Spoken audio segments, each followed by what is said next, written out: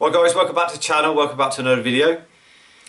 In this one what we're going to be doing is we're going to be fitting a fuel pickup into the main fuel tank so as we can run the diesel heater, and in that way we don't need a separate fuel tank elsewhere in the van that we'll have to fill up separately to run your heater. So in this way you can just run your heater from the diesel that's in your fuel tank.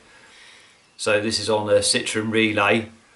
So it probably also applies to a Peugeot Boxer or even a Fiat Ducato, possibly as well. So like I said, this is on a Citroen relay van. So what we'll do is we'll take a look at it and get it fitted. So what we got is the bulkhead is obviously removed, and what we need to do is remove the front seat, passenger seat, out of the van to get access to the sender unit for the fuel tank, so as we can fit the tube down into it that'll suck up the diesel, obviously, to power the diesel heater. So to gain access to that we need to get this seat out, which is just four bolts basically, and you may need to just unclip that from the seat, obviously, to get the seat out of the way. Unclip that off of there, and then we'll just undo the 4 bolts front and back to get this seat out. So what we've done is remove the toolkit from under the seat, just slid that out of the way, and then you've got these two here, one there, both 18mm sockets to get those out. So once you remove those 2 bolts from the front, it's just slid in at the back. So on this particular one, might not be on yours, but on this one there's some Torx bits at the back there, and basically it's just slid into them. So all you do is pull the seat forward towards the dashboard basically, and it slides out of them to remove it out of those, and then obviously we can lift it backwards into the back of the van. So to gain access to the unit there, just remove this cover. It's got one clip there, and just turn those with a flat screwdriver to get that out. And then underneath here you've just got your 3 Phillips bits and your screwdriver to remove this, so we can gain access to the pipes under here. So just get this off.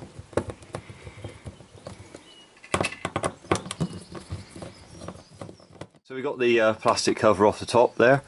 So what we're after removing is that breather pipe there, the big one. So that's an 8mm socket. To remove that out of there, so what we're going to do is put the pipe into there instead of removing the whole sender unit. So to get this out, you put best off with a tool to remove this special tool on here to avoid damaging it, but we're not going to do that. We're just going to go through that pipe there instead of disturbing all the fuel lines, etc. there, and the electric there. So we'll just take that 8mm nut off to get this breather pipe out. So we just have to wiggle that around to get that to come off up out of there. So it just takes a bit of pulling both hands to pull this up out of there, because it's held in with a couple of O-rings there, seals on it. So all that is a hollow tube, there's nothing in there, and that goes straight down into your fuel tank like that. So all we're going to do is effectively put a hole in the top of here, and then the tube will go straight down into the tank, and we're not disturbing anything in here. So that's what we'll do that next. I'll just show you the tube that we're going to use.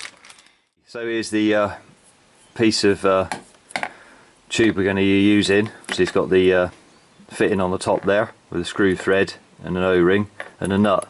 So we're not going to be using the nut on it. We might be able to get that on there, we'll see. What we're going to do is just drill a hole in here that's obviously smaller than this thread slightly, so as it screws in. And we'll see if we can get the nut on there. We might be able to, we'll have a look. But this is just a flexible tube, this just bends easily. So we'll put this down inside the tank, it may need just trimming to length. You don't want it hitting the bottom of the tank, you want to keep it up off the bottom of the fuel tank.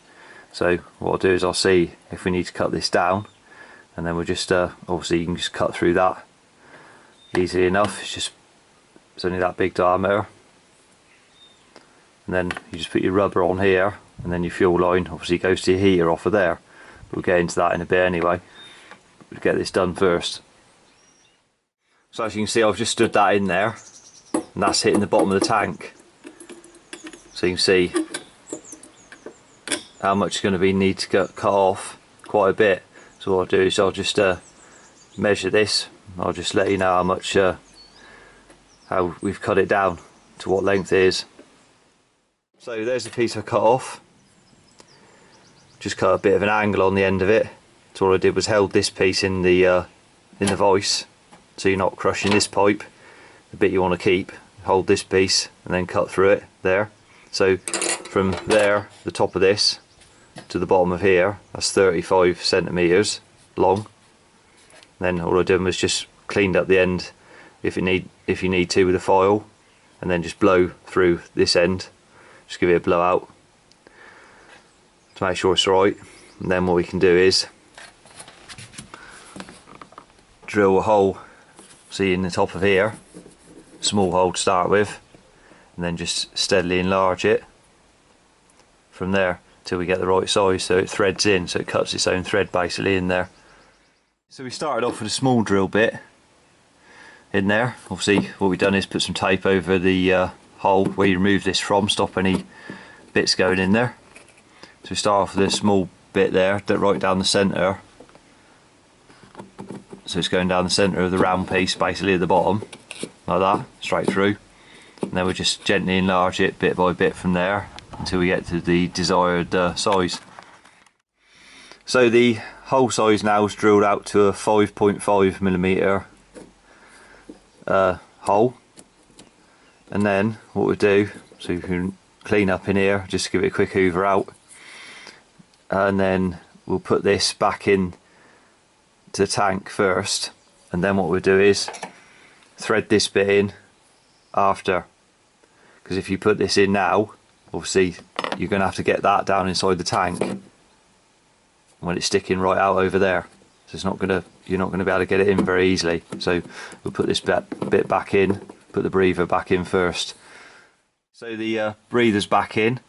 As you see, this has got an O-ring on it there, so when we tighten that down onto there, it's going to seal on that O-ring. You could put some epoxy on it as well before you started threading it in,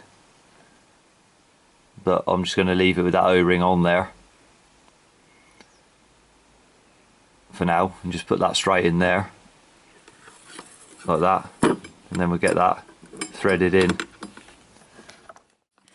So that's that tightened down now.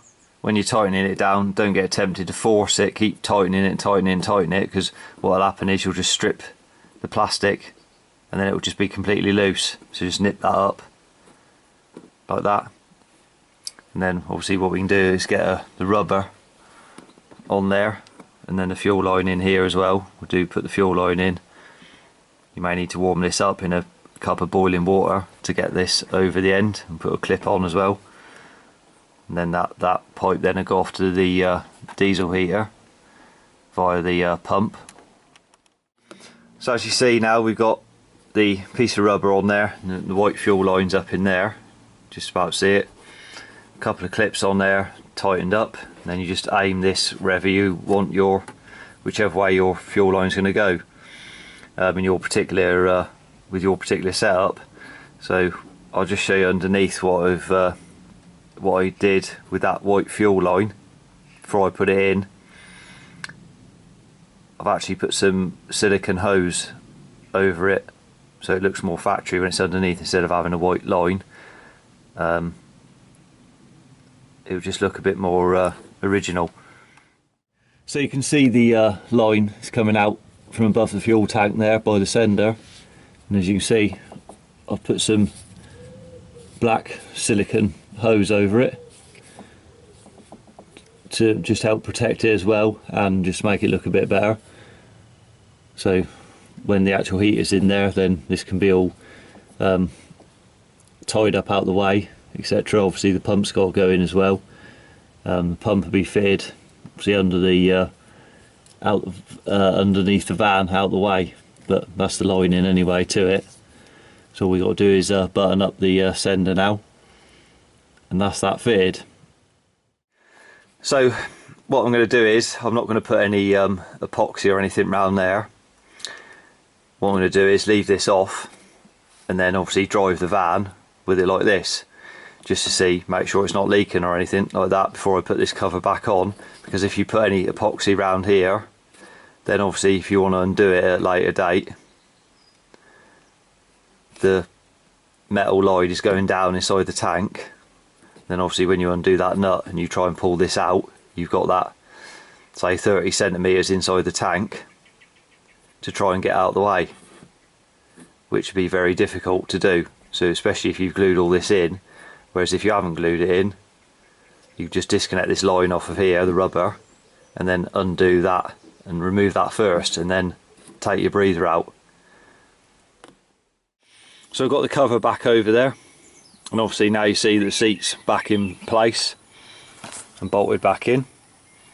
So that's that all buttoned up and finished off. So that's got the pickup put into the tank, and obviously at this stage it's all hooked up to the heater, the diesel heater, and it's been running now for that was fitted 10 months ago. So obviously used the van many times, obviously filled the tank right up to the top, etc, etc. Never had a problem with it leaking or anything like that. So does it work? Yes, works absolutely fine, and it's a better way of doing it than having a separate tank in your van and having to try and fill it up with diesel in the back of your van. So like I say, I hope you found the video helpful or useful to you. So if you did, remember to give it a thumbs up, subscribe to the channel for more van related content. Until next one, see you then.